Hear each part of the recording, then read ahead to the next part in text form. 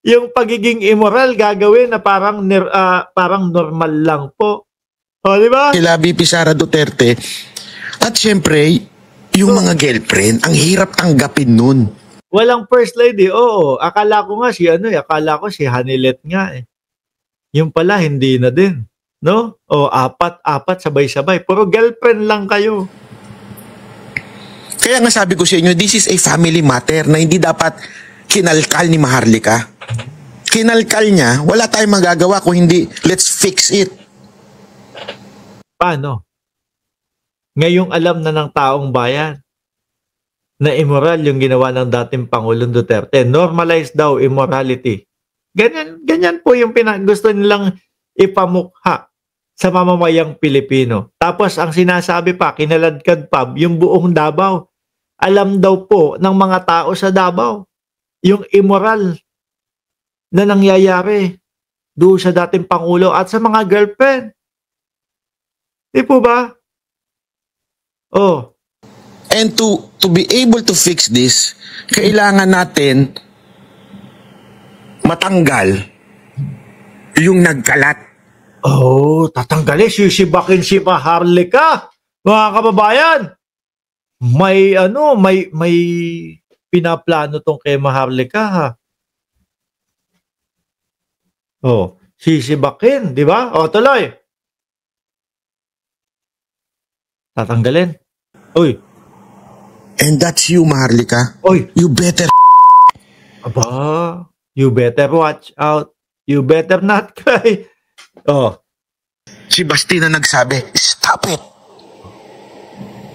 You better Biruin mo, nag-aaway-away na sila. Gulo-gulo na sila, mga bossing. Nung una ho, ang gulo-gulo nila, mga kababayan, yung nakawan daw po ng mga pondo doon sa EDSA. Ngayon, eto na. Buhay-buhay na. Susunod ho, mga kababayan, eto, sila na ho na magsasalpukan eh. Kinalkal mo ang hindi dapat kalkalin. Magkaaway talaga sila. Kinalkal. Oh, kinalkal. Kaya yung sisiw lalabas. Diba? Kinalkal.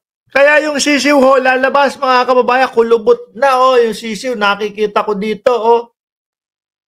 Oh, tuloy mo. Alam nyo, kaya nga may kwento-kwento, di ba? Although may nagsabi rin sa akin na nagkapatawaran na. Oh. Kaya nga dati pa, matagal na po ito. This is a secret. Open secret po ito sa Davao. Kaya nga, secret, open secret, oh. Di ba pati si Bongo nadadamay? Kasi parang ang dating kinukonsinti daw ni Bongo yung mga babae ni Pangulong Duterte. Oh, hindi lang si Bongo, pati mga taga Davao. 'Di ba? Alam nila eh. Kinukonsinti nila. Kaya nga 'di ba, there was a time, and I know this for a fact. At alam din niya ng mga taga Davao. Talagang kayo mga Davao, oh, dinidiin kayo. Alam nyo daw po yung immoralidad na nangyayari diyan sa mga leader ninyo. Oh, kinukonsinti nyo lang. Diba? Ay, naku po. Oh. Parang awa nyo na. Kasi ang dadaldal nyo eh. Pero, nagkaayusan na daw sila. Ang hirap lumagay sa sitwasyon nito, ano? Ipagtatanggol mo kahit hindi na tama eh, kahit immoralidad na yung ipinapakita eh gagawin mong normal lang sa mga taong bayan, ano? Even the sliding of Senator Bongo to run as a vice president, it is because ayaw niya na magkaroon ng friction with VP Sara Duterte. Oo, takot din pala si Bongo kay VP Sara, ano? Okay. Iniingatan ni Senator Bongo yun. As much as possible. Kasi nga, alam nyo ho, imbis na tayo yung magkagulo-gulo, mga bossing, dahil po yung mga ginagawa ng mga DDS na mga vlogger sa paninira po kay Pangulong Bongbong Marcos. Imbis na ho tayo yung magalit kay Pangulong Bongbong Marcos, tayo po ang mag-away-away. Pero tingnan nyo po ang karma, mga kababayan. Sila po mismo ang nag-awawasakan. Sila po mismo ang nag-aaway-away.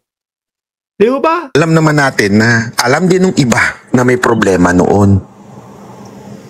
So, What happened? Nagkapatawaran, nag-move on. Okay. Let's be civil to one another. Yung mga involved, naging civil. Kaya nga, pansinin nyo, hindi nagsasama si BP Sara Duterte at si Ma'am Hanilet. Pero si BP Sara Duterte at si Kitty nagsasama. Kaya Magulo talaga. Hindi, dito muna tayo kay Maharlika. Kasi pinupunto nila si Maharlika eh. Ngayon, meron silang sinasabi kay Maharlika, mga bossing. No? Meron silang sinasabi kay Maharlika. Ito, Sinungaling yung mga ano na yan. Yan. No? Nanggagalaiti din ho si Maharlika, mga bossing eh. Kasi niyayari daw siya. May mga pinapakalat sila dahil tinawag ko daw si Pangulong Duterte, mga kanor, may mga ganyan. Tapo-tapo. Pero mo, tawagin mong Mangkanor si dating Pangulong Duterte. Eh yan, hindi naman mga magsasalita kundi narinig sa iyo yan. Siguro sa gigil ho. Tinawag na Mangkanor ang dating Pangulong Duterte kaya nagagalit yung kampo nila Banat Bay. Hindi, never ko ginawa yan. Magaling sila mag-twist. Nako magkakalabasan ho yan mga bossing. Maniwala ho kayo. Magkakalabasan yan. Tapos ang tingin ko kapag may nilabas na ebidensya na sinabi niya si Mangkanor, ang sasabihin naman ni Maharlika, naku, ginawan po nila ako ng AI. Tapos po, ang lugi dito, yung mga DDS, ay oo nga no, ginawan ng AI si Maharlika. Madali pong mga mautuyan eh. Madali pong mga mautuyan mga kababayan. Diba, totoo naman, mukha namang Mangkanor. Sabi ni Mityan Gamboa. Sinungaling yung mga ano na yan. Kasi gusto nila akong sirain sa mga mata ninyo. Away-away na. Lumalala ho sila mga kababayan ha. Ito yung sinabi ni Maharlika. Kaibigan mo. Pero kung totoong mahal Ito. Pakinggan nyo ho maigi mga kababayan ha. Ito pong sasabihin ni Maharlika. yan, kung gusto nyo mag-follow sa mga Team Alpotera na okay lang sa kanila na yung kinakampihan nila na si Alpotera ay inilalako ang pagkatao ni Pangulong Duterte. Inaalala ko. Ibig sabihin, kalat na ho, mga kababayan. Hindi daw pagkatao eh. Ratbo daw. Baran mo na si Pangulong Duterte, Alpotera. Bakit mo kailangan picturean ang private parts ng Pangulong Duterte? Ano po ang ibig sabihin ng private parts, mga bossing?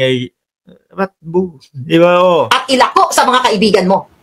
Kalat na doon sa mga kaibigan. Base po yan kay Maharlika. Mga kababayan. Di ko alam kung ano ang ibig sabihin ng Mangkanor. Sabi ni Just Monet, pa-share naman. Uy, kapag ka-share namin sa iyo, magugulat ka. Sabi mo, ang bastos mo naman. Talay.